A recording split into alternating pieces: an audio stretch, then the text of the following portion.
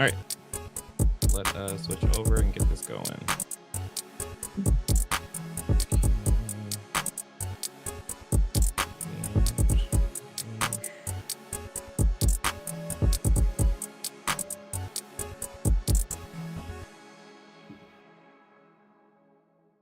Okay. I'm switching over now.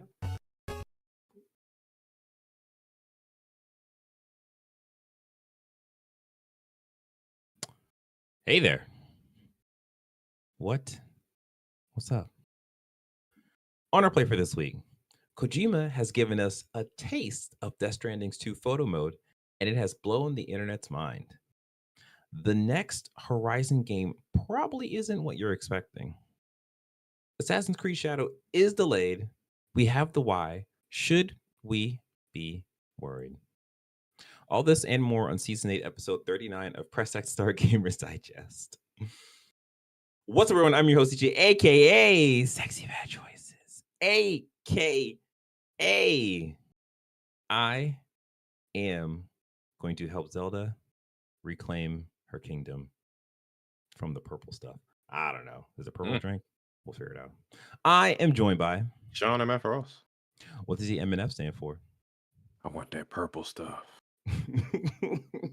Is it you? Are you the evil guy? All right.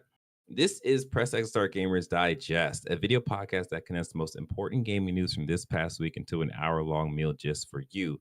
We are live on YouTube every Sunday. Scratch that. Monday. Scratch that. Whenever we can make it, because life is hard. But listening to us is easy. Yes, it is.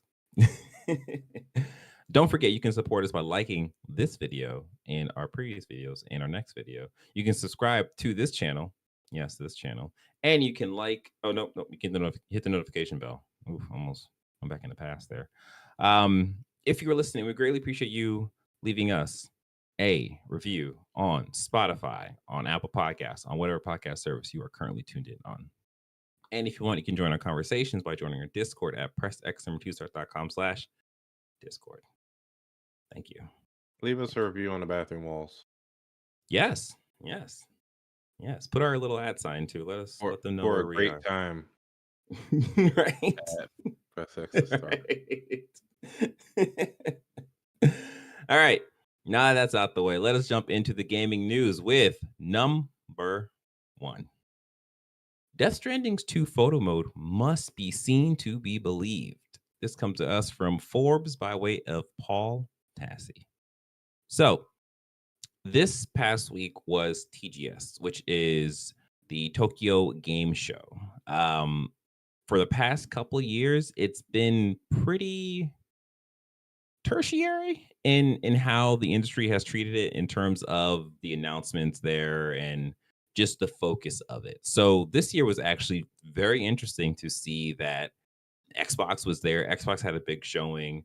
Kojima showed off Death Stranding 2. And the showing of Death Stranding 2, I think, was very interesting because it was very Japanese focused. Did you happen to watch any of it? No, I didn't catch it. I was busy. Yeah. So also, I don't want things spoiled for me. So here's the thing. Apparently, it was supposed to be an hour. Kojima stretched it to an hour and 30 minutes. And the only thing he really talked about was this photo mode. Wow. And he also showed off new fashion wear that is very expensive. Jacket is fucking fire, bro. But it's already sold out. Yeah. Well, I mean, I'm not surprised. So Kojima is very much so positioning himself to be a brand, like that name to be like, I do bad with brand. Chanel, that's a brand. Or Gucci. There we go. That's a brand. So it's a very interesting watching this man go from Metal Gear Solid to I have my own jackets. So it's cool. But yeah, back to Death Stranding 2. So Kojima essentially showed off the voice cast for the game, and then he showed off some examples of how the Death Stranding 2 photo mode works. And It is, as the title suggests, from Paul Tasty. You kind of have to see it to believe it. So I'm actually going to play some of it. This is I think this is going to kind of redefine how we, you know, how photo mode usually works in games and like what you can Yeah. actually do in the photo mode. Yeah. So Interesting. as you can see, the three models to the left is tomorrow, middle is fragile, Yeah. and to the right is I forget her name. I think she's actually new to Death Stranding too. I could be wrong. But as you can see in the photo mode, the three ladies are you can I guess you can change their pose. This is all in Japanese, and Yeah. my Japanese is very rough. You can change their I think pose, your and you English can is have rough. them. And then when you actually click the picture, it creates almost a lifelike like Polaroid picture. Yeah. And to go from game to that picture is so mind blowing in that like it for me at least when I first saw it, it instantly took me back to like I don't know the 90s where it's like you take that picture and you're like dang and like the kind of It's all blown out and overexposed. yeah, Yeah.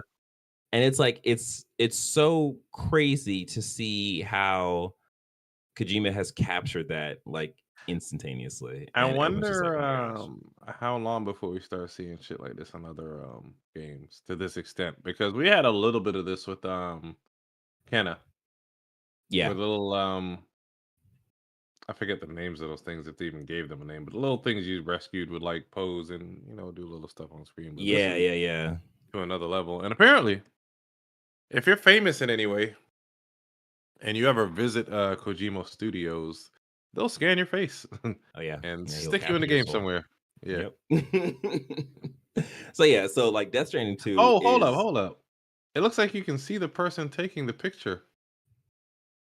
Oh, in Interesting. the reflection? Yeah, that's kind of hot. Oh, that's crazy. I didn't even This catch that. this game will be amazing. Damn. Yeah.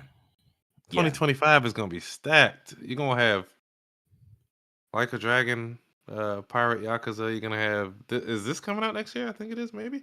So, we'll get to that. We'll get to that. You got this. Uh Hopefully, you got GTA 6. You got a Parasite Eve remake announcement. Anyway, go ahead. Go ahead. Yes, Anyway, all anyway. those hit in 2025. You just gotta believe. Okay, so yeah, so this is so that's the photo mode, and that literally like set the internet ablaze because everyone's just like, oh my god, this looks so Yeah. crazy. It's we're venturing into the uncanny valley of like how realistic this stuff looks. And it's one of those things where it's like it's it's insane when you think about it how what we know Death Stranding to be. We have this sequel. We've seen some trailers of Death Stranding 2. And the one thing that Kojima decides to show is just the like tertiary like photo mode. That's like not even part of Yeah. the main. Well, actually, he did hint at you do want to take pictures because the pictures are going to have some kind of Oh god connection. damn it, Kojima. Of course it does, because that's Kojima. Like everything is connected in some way. This is a Strand game. We live in a Strand game. So that's the thing. And it's just like this man is masterclass at like setting these breadcrumbs to will it pay off? We'll Is he going to see. have like an in-game Instagram or some shit? I mean, he was already getting likes in the first video, in the first game. I wouldn't be surprised, to be honest. Like I think that actually kind of makes sense. But yeah, the next question that you posed, Sean, was when is this going to come out? When are we going to be able to play Death Stranding 2? I say we because I think I will be on the boat to actually play this No, game. you're not allowed to play it, DJ. Don't give us that bullshit. All right. Well, this is just a little breakaway from the first news story. So this is just an A. Kojima says Death Stranding 2 release date is decided, but he can't reveal it. Of course he can't, because this is Kojima we're talking about. So this comes to us from VGC by way of Jordan Midler. So this is a quote from Kojima himself. He says, I haven't set the release date today, but the release date has already been decided, and I'm currently working on it in preparation for that. So, and apparently it's due to unforeseen circumstances. So this is all kind of weird in that this could be a like cheeky way of saying like the game is delayed in that, oh, we had a release date, but due to unforeseen circumstances, Yeah. we now have a new release date, but we aren't going to release it yet. I think what's happening I think what's happening here. Oh, he also said that um the as another quote. Since we're talking about 2025, it will be released next year, so we will announce it at some point next year. But due to some unforeseen circumstances, we cannot announce it today. So I look at that as best case scenario, this release date is going to be tied to some possibly PlayStation showcase, like some kind of state of Mm, play, some kind of showcase where he's under contract where he can't announce the release date until that thing airs or whatever. makes sense. But the unforeseen circumstance part is kind of weird, where it's like that part feels like, oh, maybe there was a delay that happened that pushed back the release. I don't know. It is kind of Kojima being Kojima in a way of like skating around the fact that the release date's just not going to be known for this year. But the other side to this is that him saying that the release date will be announced next year because the game's going to come out next year means that there probably won't be a release date for the Game Awards, which it's like, all right, It's doesn't mean that there's not going to be a fine. trailer. Jeff Keighley can't have everything. Exactly, right? Exactly. So it's one of those things where it's just like, okay, well, we'll find out next year or some sort, or this could be some elaborate game that Kojima is playing where it's just like, oh, he releases it, I don't know, for the Game Awards, but he's like, oh, due to some weird timey windy stuff, technically it's 2025, so ha ha ha. I don't know. This is Kojima we're talking about, so he's liable to do anything. Yeah. And then the other part of this is that the game, and this is quoted by Kojima, is only 30 to 40% done. So with that, okay, so say we take 40%, like that's being like the higher marker. That Mm, means that we are definitely not going to get this game next year. before fall. Now, I think we're getting next year, but I think it's going to be like late next year, like fall or even holiday time next year, which I think is fine. I I wonder if guess they're it just still gonna use the Death Summer engine for what this game. Well, from I guess Horizon. they'd use Yeah. whatever engine they did for Death Yeah, Stranding 1, they right? used Horizon's game engine. Oh, right. Okay, okay. Yeah. Okay. Gotcha. Yeah, so we'll Hmm. see. They use Horizon 1's game engine. I wonder if they're gonna use the updated version. That'd be interesting. That'd be dope. Maybe. Speaking of Horizon, number 2. Horizon Online is Guerrilla's next big game, with Horizon 3 a ways off. This comes to us from Wccftech by way of Alysso Palumbo, but this is actually coming from Jason Schreier when he was on the Spawncast, I believe that's the name of it. So he was talking to them and he brought up, or I guess the conversation brought up Guerrilla Games and what they're working on. And this is just a quote from Jason Schreier. So I'm gonna read the whole thing and we can talk about it. Guerrilla Games is in an interesting place because they're working on this Horizon Online game that I'm not sure how many people want that. Yes, that's just how this is said. A little bit of typos. So they've got this remastered coming and then the Lego game coming. Part of me feels like I wonder what happens if neither of those hit and it turns out there isn't a ton of interest in Horizon anymore. Are they still going to do that online game? I don't know. There's a lot of questions here. there's a lot of questions around their strategy and around the online game that I currently have. Horizon Online is their next project, not whatever the third single player game looks like. So that one might be a ways off. Sony's PlayStation Live Service initiative was not a joke. Everyone was like, it's live service games all around, and Horizon is one of the few that hasn't been canceled or hasn't come out and flopped the way Concord did. So yeah, a lot of questions there, but a lot of people are working on the online project. Hmm. So that is, for lack of better words, confirming because Jason Schreier is a solid source. When he's talking about something, he's usually not Yeah, wrong about the thing. So that is pointing that Guerrilla's next game is essentially going to be a Monster Hunter. I was Um, thinking that because I yeah, mean, everybody isn't the chosen one like Aloy, so I'm guessing you're playing as regular town folk, and everybody's just trying to struggle to right, take down these Thunderjaws and whatever else. right. So here's a thing that is what I think is interesting is Mhm. that a while ago, we actually talked about this mobile game that Horizon or that Guerrilla Games was working on, and Mobile or live service? I believe it was a mobile game. Do we? Okay. Yeah. So like I am, but I think that might have been early last year or the year before. It was a while ago, Yeah. and it had the aesthetic of a more uh and like cartoony anime-ish looking kind of game. It didn't Yeah. look as high fidelity as Horizon did. So it's one of those things where is that is that what they're shooting for in this? And I feel like if that's the case, I guess you can look at Genshin Impact in that how Yeah. that game kind of looks from what we saw way back when. That was sort of the aesthetic that they went for.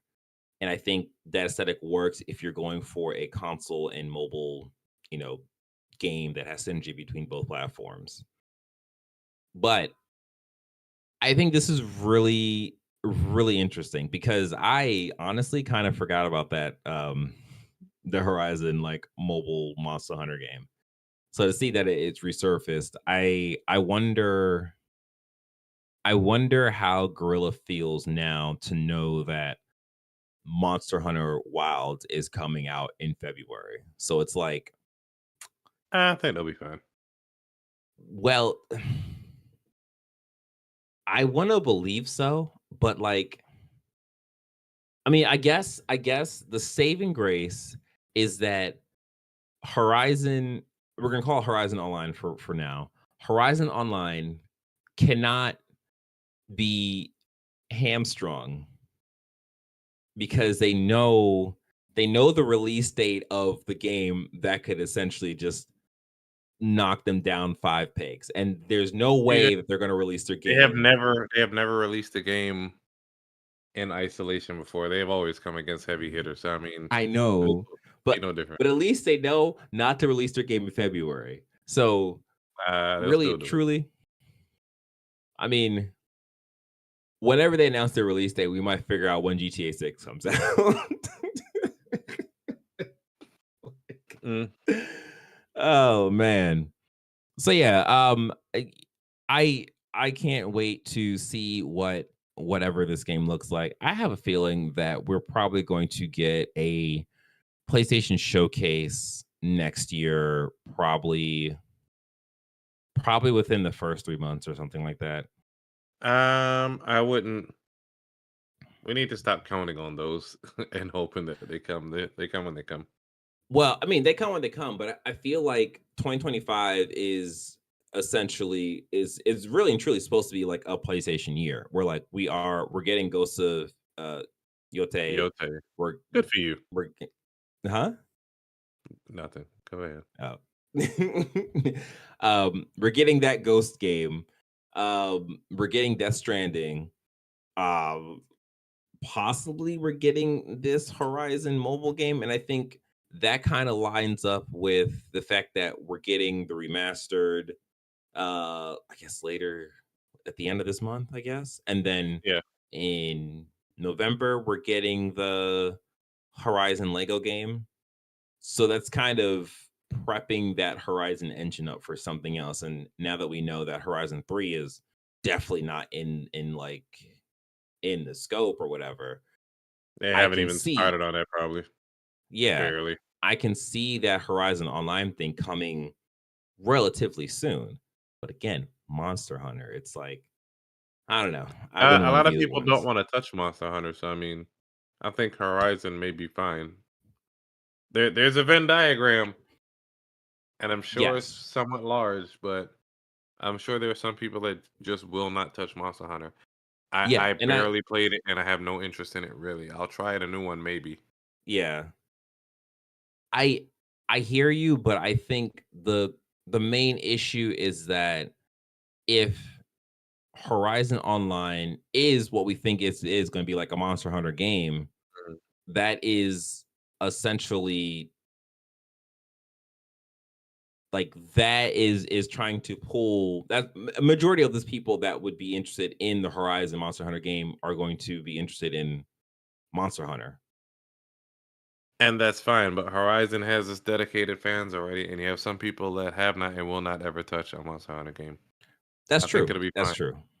That's true. It's just I think they also have to. I think it's important for them to realize they have to respect Monster Hunter in terms of what that game is and what that game pulls. Monster Hunter can juggle these balls. I wouldn't say that loudly. They might come for you. So yeah, that's the new Horizon game. We'll see what happens there. Number 3. Sucker Punch is planning other spin-offs beyond Ghost of Yotei. This comes to us from VGC by way of Jordan Midler. Okay, so according to a New York Times interview of Ghost of Yotei creative director Nate Fox and Jason Cornell, the pair, who will once again serve as creative directors on the project, spoke to the publication about the newly announced game, which is set 300 years after Ghost of Tsushima. So I'm going to jump ahead a little bit. Actually, no, I'm not going to jump ahead. The article also note that the announcement of Ghost of Yotei respectively changes Ghost of Tsushima from a standalone game to the start of a franchise, which it says will include at least one movie and other spin-offs. Amen. A Ghost of Tsushima movie is currently in the works with the and will be directed by Chad. That is a last name. He basically directed John Wick Chapter 4. You want to take a shot, Sean? Stahelski? There you go. What he said. Nailed it. Perfect. No notes. This is a quote. When we started working on a sequel, the first question we asked ourselves is, what is the DNA of a ghost game? Tenchu.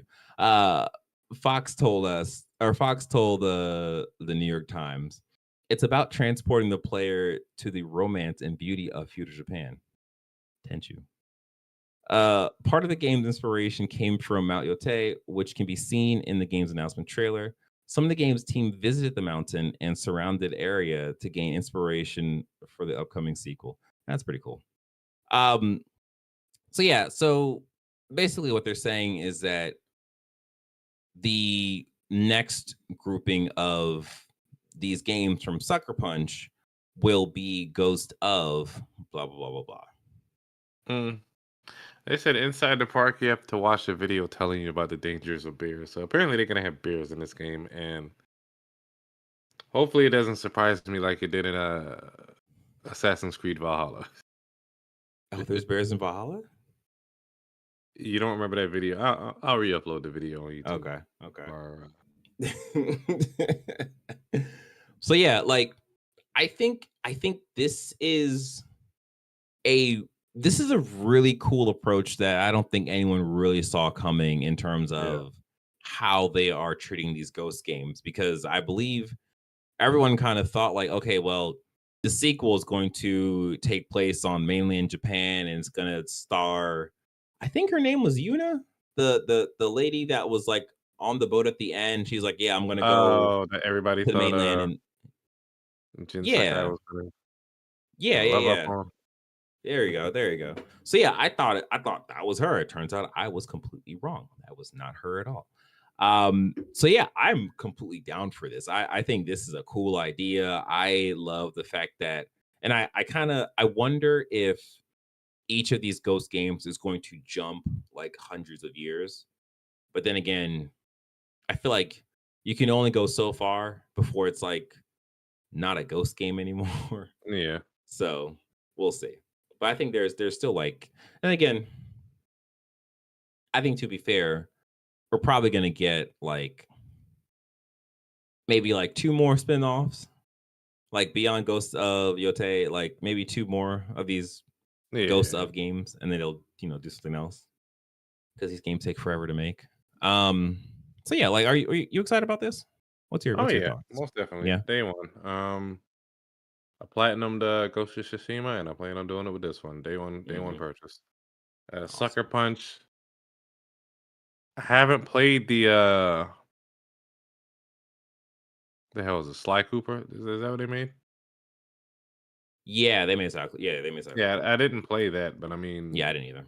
the other things that they've put out have been superb that I have played. So Infamous. yeah, yeah, Yeah. Yeah. I found Sucker Punch through Infamous as well. Like I didn't really touch Sly Cooper all that much. I was just like, that's fine. gotcha. So yeah, I'm also excited for this. I just can't wait to see like I can't wait to see more of the Ghosts of Yotei and finally be able to play it sometime next year in 2025. All right. Before we jump into the Assassin's Creed Shadow Delay and why that's the case. Hey, you. How you doing? You good? Do us a favor, please like this video, subscribe to the channel, hit the notification bell. If you do those three things, those four things, those five things, however many times you want to do it, just make sure you do all those things and then clap with your hands. Mm. Mm, thank you. Okay. Number 4. Context around the Assassin's Creed Shadow Delay. This comes to us from Insider Gaming by way of Tom Henderson. Oi, so this is a lot. So we I think I believe it was earlier this week we learned the reason why Assassin's Creed did not show up at TGS was because the That you on some Ubisoft delayed the ass. game. Okay, I'm sorry. So here's the thing. You might not be like too far from the truth.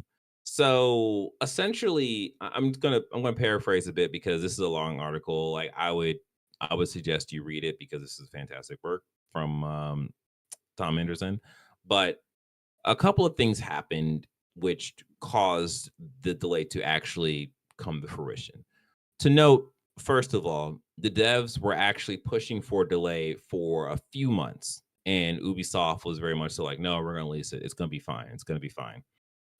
It wasn't until the poor reception of Star Wars Outlaws that made Ubisoft take a step back and think, okay, maybe we should delay the game. And to quote what they said, to polish and refine the experience.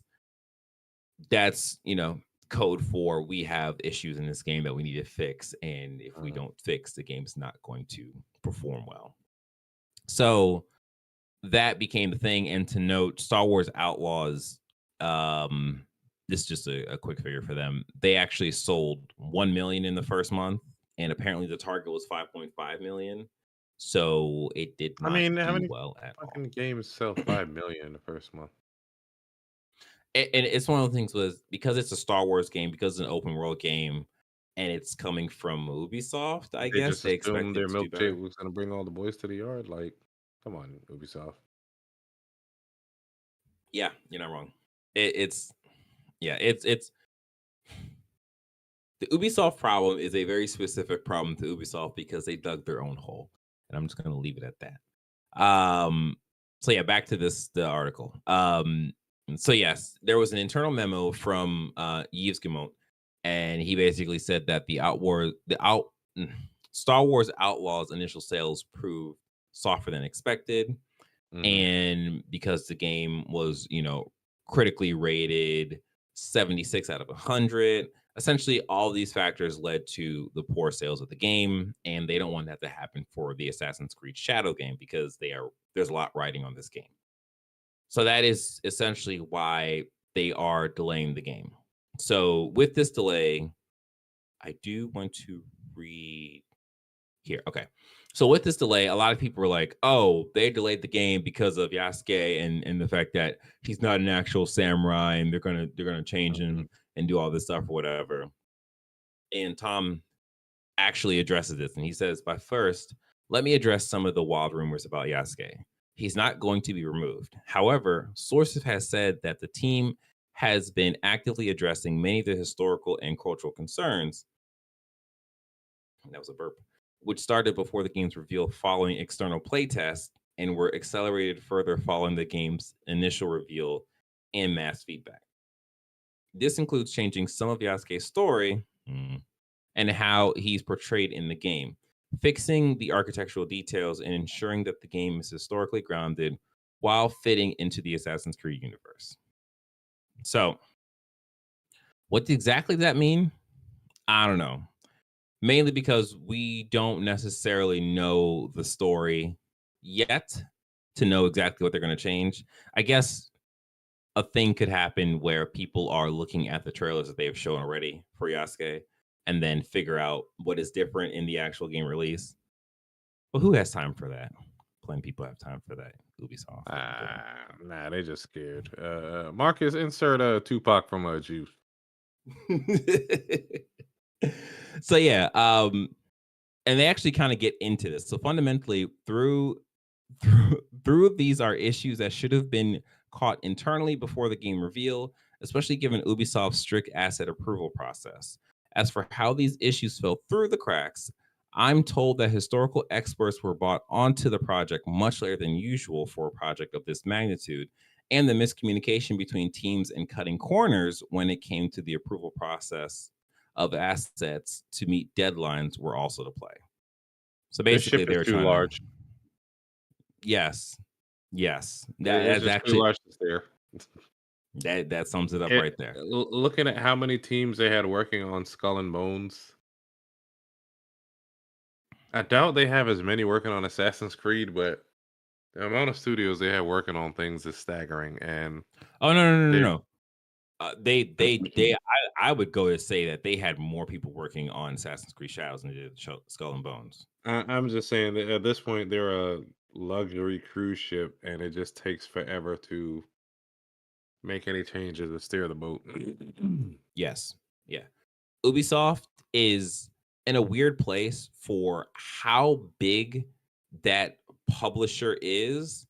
For the fact Yeah. that they release like 7, maybe 7.5 like level quality games, minus the Star Wars um Jedi Survivor, however you take it. To me, it's like a 7.5.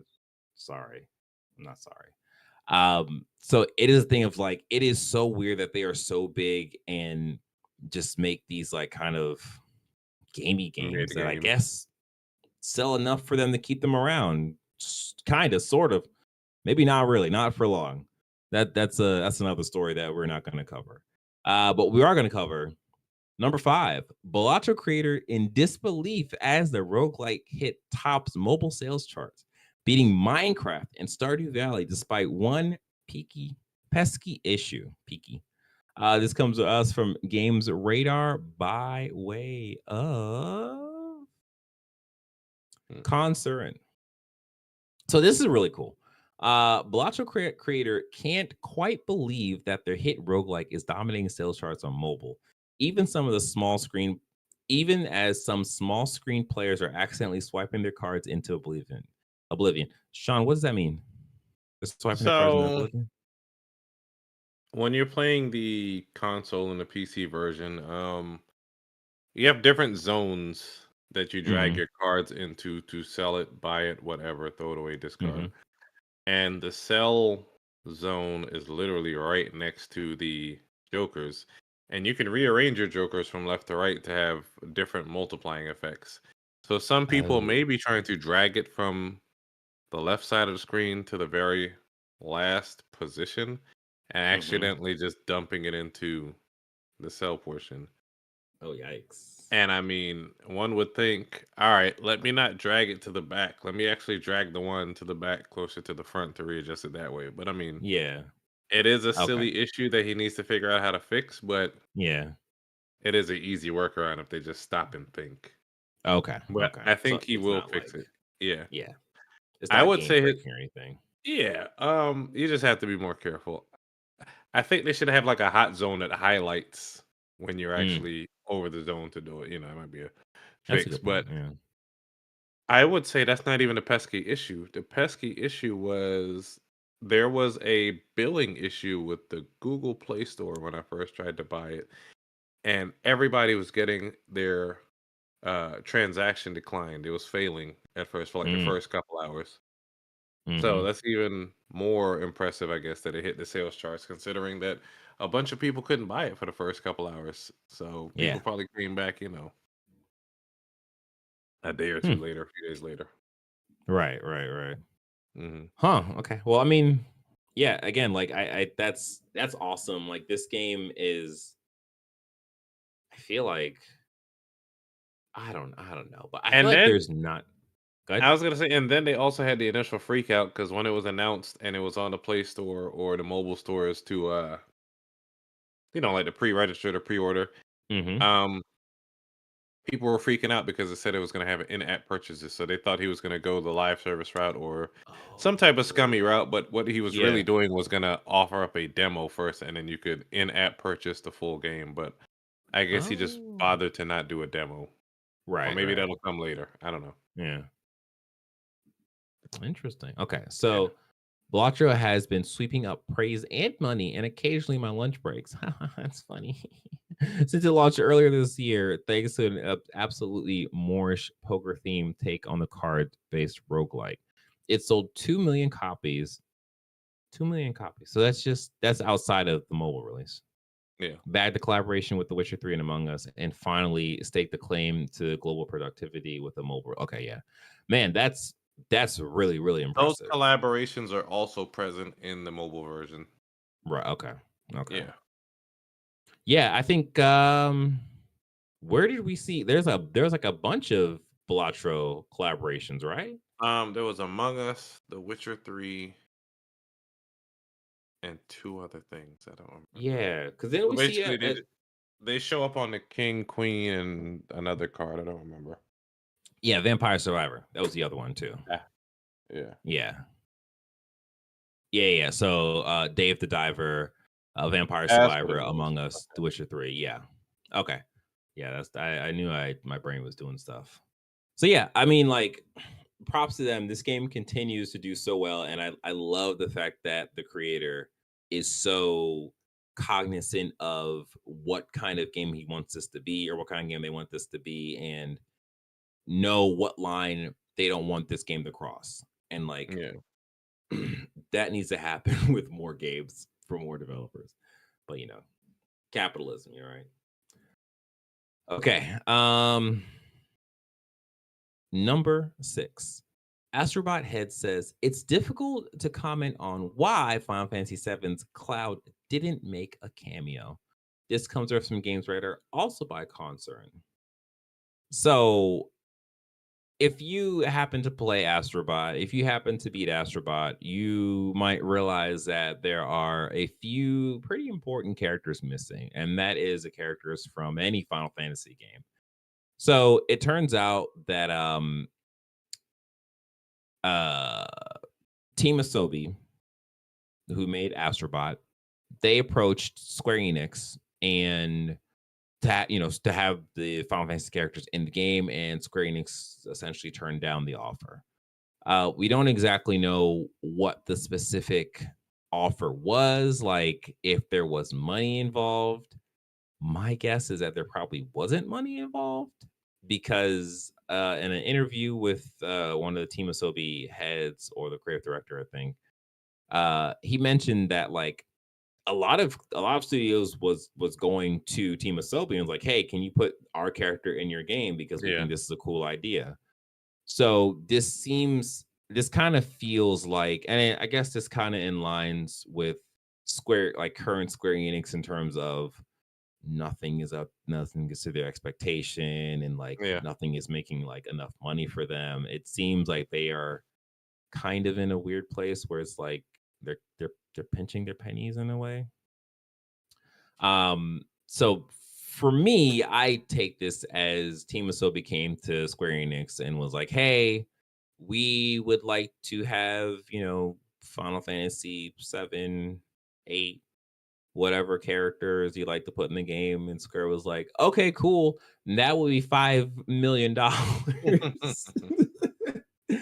And Square and Team Asobi was like, we don't have that. What are you talking about?"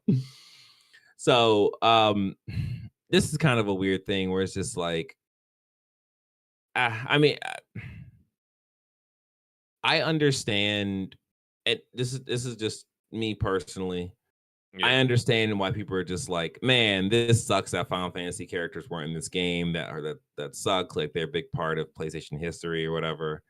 And it's like, I get that, but personally, Final Fantasy wasn't part of my PlayStation history, so this doesn't really bother me all that much. Like, how about you? As I've said before, I bought the PlayStation 1, or actually I was gifted the PlayStation 1, but Mm. I wanted it after I saw the ad for Final Fantasy 7. Hmm. Never ended up getting that game. So I'm experiencing it for the first time with the remake, so I don't have any nostalgia or any, pangs from not seeing Cloud in there. It'd be cool, Yeah. but I mean, mm, Yeah. I think that, all this to say that there's still definitely room for, some kind of bigger DLC content, like beyond the DLC that we're supposed to be getting for the game, where they do have more third party characters. They do have like, Final Fantasy or like Tekken, or no, they have Wipeout characters already. yeah, Another one of those like, um bigger games that was really really a part of PlayStation back in the day. So it's not like a never gonna happen thing. Like, it can still happen in the future. It's just right now we know that Square Enix turned down Team Asobi yeah. because they wanted $5 million. I made that number up, so don't be like, oh, this crazy podcast said it was $5 million. Anyways, um, number. Oh, actually, there's no more big news. It's time for the quick hits. So these are going to be, of course, a little quicker than the normal news. Number 7, PlayStation raises Horizon Zero Dawn's PS4 price following remaster upgrade announcement. This comes to us from VGC. Wait a minute, why is this out of order? The Mm, thing, I sit here and I spent all this time organizing my stuff, and then the last two things I didn't rearrange for God knows why. that's fine. The remaster will be released next month. The game was $20. They have raised the price to $39.99. Why? Because the remaster coming out will be $50. So they didn't want Mm, people basically not buying the remaster and just buying the PS4 version for 19.99, because you are able to upgrade to the PS5 remaster version for just $10 if you have owned the PS4 version. yep. So people are upset that Sony is trying to make money. Um, Yeah. it is what it is. It's fine. Yeah. It's a thing of they they essentially caught the, what is it? What do they call it? The glitch? Whatever Hmm. these these A these money these glitch, young kids saying, the money hack or whatever they, life yeah, hack. there you go. Yeah. So PlayStation caught it and they fixed it, and they're like, okay, you guys aren't going to get the discount. Really and truly, if you You cared about He Horizon, would have already you would had have, it. Yeah. yeah. So it's just like, all right, whatever. People are just going to be mad. It's okay. Um, Number 8, Tony Hawk drops another video game tease. There will be a future. This comes to us from VGC by way of Andy Robinson. So, on Sunday, Hawk marked the original Pro Skaters game's 25th anniversary with a post on his Instagram page. The athlete said he was immensely proud of the series and thanked Activision and the original developer, Neversoft, RIP. Most notably was how Hawk concluded the post. However, he noted, or he wrote, I am not supposed to tease anything else about the future of the series, but there will be a future. So he teased the future of the series. So this is cool. I think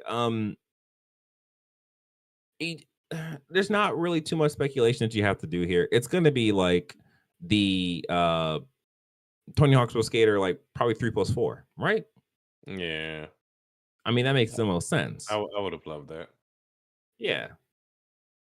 So I feel like that's gonna come. Yeah. Man, take me back to Christmas Day when he opened up Tony Hawk Pro Skater 3 or 4. Man, man, man. That is all. Yeah. So yeah, I mean, that's cool. When we'll see this, this kind of feels like the game hasn't even been started. So we Yeah. we are probably a year or two out, which would also line up with why he can't really say anything because it is very early. He But of doesn't know course what he's gonna, direction it's gonna go in. Yeah. yeah. So yeah, Yes. that is it. That is it for the news for this evening. Before we wrap up, let us talk about the games we have been playing. You got anything you want to talk about, Sean? Before I talk Um. about that So Ghost I of was gonna get the game you're about to talk about, but I'll let you start it off. Yotei. I was just playing Balatro Mobile and watching Haiku. Okay, okay, I'm looking for motivation to get back into Wukong. yeah, yeah. I will say I have I beat Wukong. I thought I talked about it last week. I beat Wukong, and I've been running New Game Plus because I'm trying to platinum it, but I'm losing Steam, and Yeah. it's more so just like I need to find the next game that's really gonna draw me, and I think it'll probably be, I guess, Dragon Age, but that's not until the end of October, so I got some time on my hands. Yeah. But until then, I had got Legend of Zelda, the what Echoes of the Kingdom. I don't even know the name of this game. That like so here's the thing, right? Hmm. This game is fun. This game is cool. The game is very, very slow. And it is slow on purpose. Zelda walks at a pace. There's no running as far as I know. The combat itself is very much so like you summon a thing, that thing does an action, and that action can be attacking, that action can be some kind of environmental thing. um but like you are kind of in the back lines, and like you are essentially a commander. Like that's kind of Yeah. how this game works. um the game is fun, the game is very cute, and it is it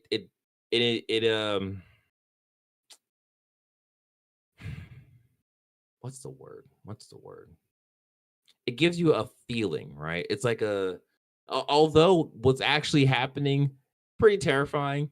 It sucks for the people in the world of Zelda and like what they're going through, but it's done from a cheery perspective, which is kind of weird, kind of strange. The actual thing that's happening in this game is that you start the game as Link. Mm. Um, Link saves Zelda. She is trapped in the crystal, and I believe the enemy is a version of Ganon. He has this staff that was his trump card. So Link beats Ganon, but then the staff activates, and the staff creates these like purple, like um black hole zones that are pulling things in.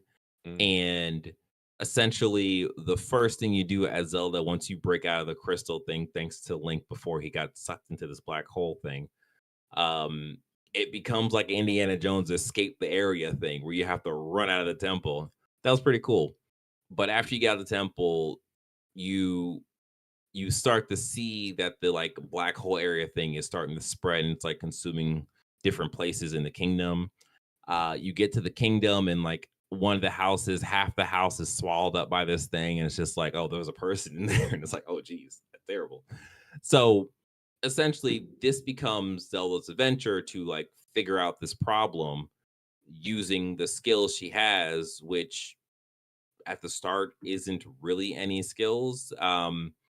This magical fairy thing will essentially aid Zelda by giving Zelda the ability to copy items in the world and summon those items and use those items to solve puzzles and attack creatures.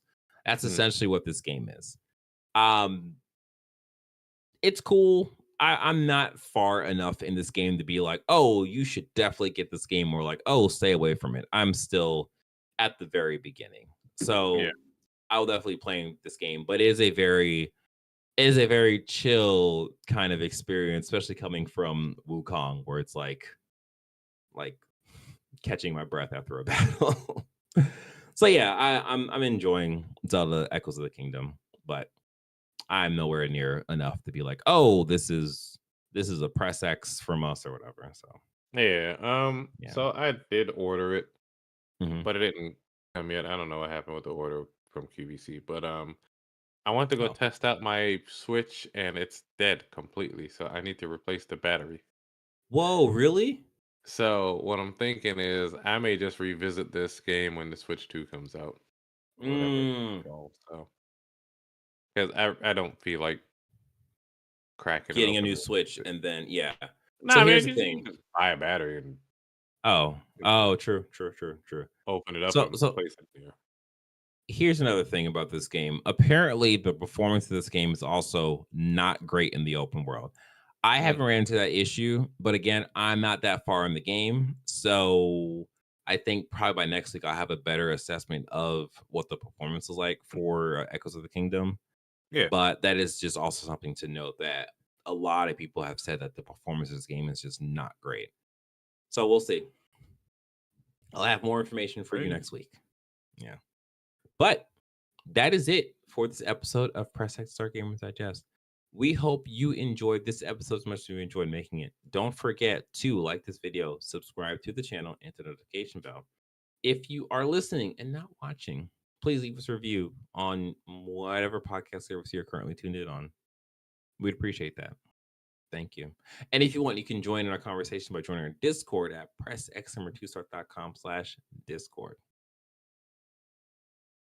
Until next time, we'll be talking about more games. I will be giving you more of an assessment of Echoes of the Kingdom and if you should play that. And then we'll probably figure out what is the fate of Ubisoft and if they will still be around before Assassin's Creed Shadows come out, because man, their light is blinking. I don't know what's going on over there. All right. Take care. Be safe and keep playing them games. Watch between your toes.